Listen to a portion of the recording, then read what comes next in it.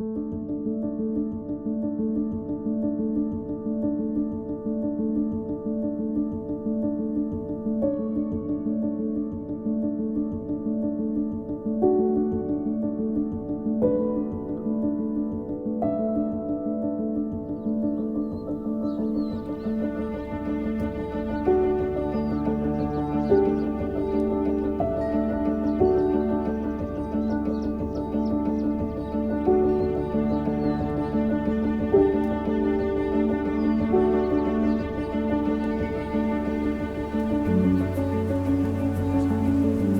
love the fact that I can be outside.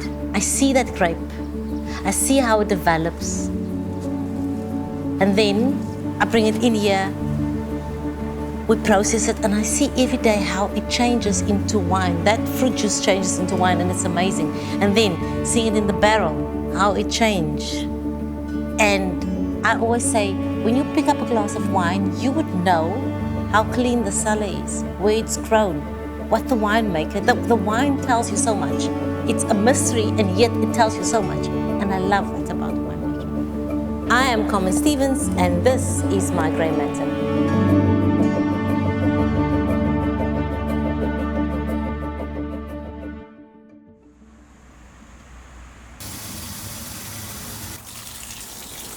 I grew up in Kraaifontein. My parents then got divorced, and my mom, being a factory worker, could only afford a flat in Belhar. We came from Kraaifontein, where we lived in this very nice community, to Belhar, where we were not even allowed to go out because gangsterism is big especially in those flats. So seeing that and thinking, I can never in my life struggle like this. And I really struggled when I was at primary school to read and write English. And my mom was an avid Mills and Boon's reader. And she said, try this. So every night she would come home and she would make me read it. And one specifically was about this winemaker in California that was blending wines. And I asked my mom, I'm going to be a winemaker one day. I never even thought it's impossible. I just assumed this is what I'm going to do one day. The way they explained it, it was a completely different life to what I was used to. In the community where I come from, wine to an extent is an evil. When I finally found out where I can go and study winemaking, the thing that intrigued me most was how green it was. And I come from a place where there's flats, there's almost no trees, just rubbish everywhere. And it was like, this is where I want to be. So in my wardrobe, I had a page where I wrote, this is what I'm going to do. And getting into Elsenburg and studying winemaking was up on my board of aspirations. Again, it never crossed my mind that I would be refused. So when I got my first reply, it was, sorry, the college is only open to white South Africans. The second time, the letter I got said that you have no agriculture background and you didn't do any military service. I think I would have been killed just by asking, can I please go to the military? And I don't think I would have survived. Beginning of 92, I was paging through a magazine and I saw these corresponding colleges, they offered an agriculture diploma. So I did that and I reapplied with my first 6 months, the marks that I got. But this time I went to speak to the college head, and when he finally came, I said, this is the third application. I've done agriculture now. If you do not accept me, I will go to the newspapers. Because now I've done what you required. But I think I had that guts because I was working in an environment where people just spoke their minds, firstly. And secondly, we knew what the political situation was. So I pushed that a little bit and I got in. So 93, I started studying agriculture at Elsenburg. Everybody was very white and very big. And there was only men. When I got inside, I realized that everybody, these big adult men, were all there with their parents. I was a big girl, I didn't need my parents to come with me, so there was about 10 guys standing on the side, and they called me. Went over, and he basically told me, in certain terms, that you are too stupid to ever graduate from this place. My dad was always, whenever you talk to somebody, you look them in the eyes. You don't stand back, you don't feel sorry for yourself. So I had that attitude, I'm not feeling sorry for myself, I'm here to study. A week later, when I finally got my textbooks, I went through them, and most of it was the work I've done in the correspondence course. So, brave as I am, I went to go and look for him. And I made the biggest enemies that day, because I basically said, if this is difficult for you, then I'm not sure who's the stupid one, yeah. So I made a lot of enemies. And then they just started to go for me. There came a point in my life where I hated Elsenburg. I just couldn't take it anymore. So in the middle of my second year, the doctor said to my mom, she needs to come home. She's going to have a nervous breakdown.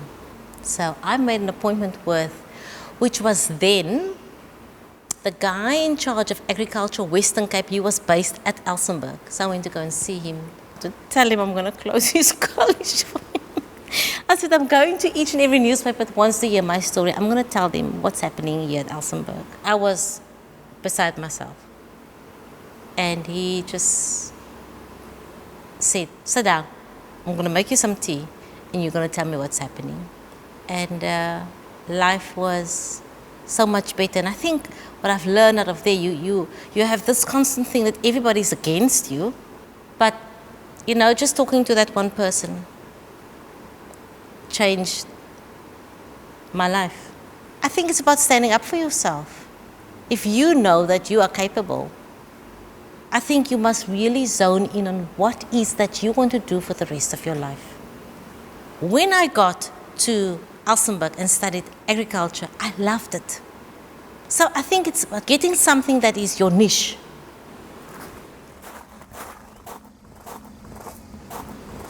I qualified in 1995 as the first black South African to study winemaking. I worked at two big places and then a smaller boutique cellar. Nice to see you. My experience from Elsenburg made me very fearful of the industry. When I got into the industry, I was actually quite surprised. Mostly, I was very well accepted into the industry. The very first one I made by myself was in 98, got really good accolades. And the one thing about the South African wine industry is that you've achieved something and you get respect for what you have achieved. In 2014, I decided I can do this. I've been winning awards for other people. I have a fairly good name. I'm going to try to do this by myself. I think risk is part of your learning curve as well. You need to take risk, otherwise you'll never know what's on the other side. I believe a lot in myself. I surprise myself what I am capable of. Thinking of things or making up things or identifying problems before it arises. But that comes with time. So today we're sitting in the first 100% black-owned winery in South Africa. I sell most of my wine UK, USA, and I'm trying to penetrate the South African market. This is a difficult market.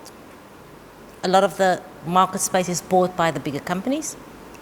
Stats says that less than 5% of wineries are profitable. You always have to reinvent yourself. You always have to improve, because if you get stuck, you will fail. There's no guarantees, I do well now, there's no guarantee that I'm going to do well in a year. For me, entrepreneurship is taking the step of deciding to go on your own, to be that person to say, I'm going to stand for whatever needs to be done in this business. But I never set my mind, I'm going to become an entrepreneur, or maybe I didn't have the word for it. So I think that The value of entrepreneurship in the country is definitely job creation, like you know. I don't think that a lot of these corporates can do that. It's great that people come up with different ideas to empower people, and by empowering, I mean just give them a job, because that in itself, is being able to look after your family. When I think about the individual, what does entrepreneurship do for the individual? I think it definitely makes you grow up very fast.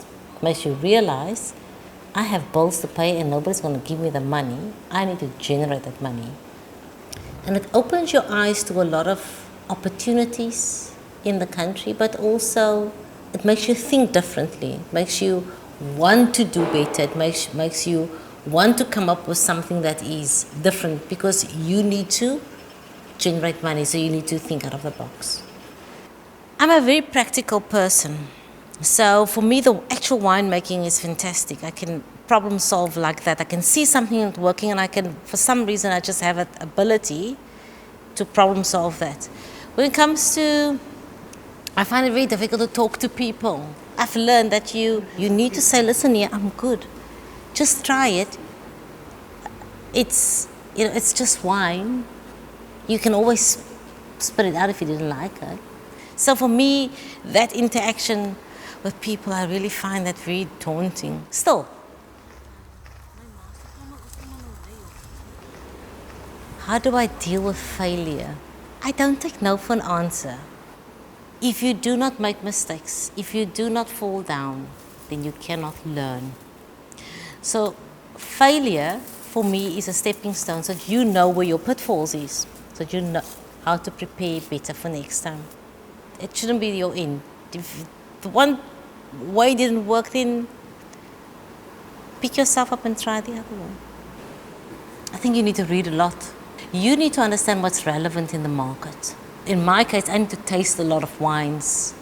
So you need to know what your competitor is doing at all times. And you need to stay relevant. That reinventing yourself, that gives you another angle every time.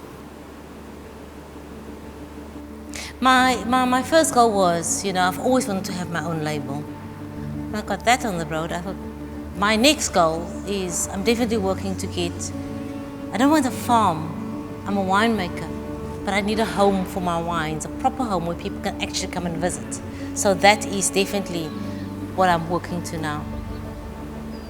With hard work and perseverance, you can achieve whatever you set your mind on. You must just apply yourself, and you need to work for it.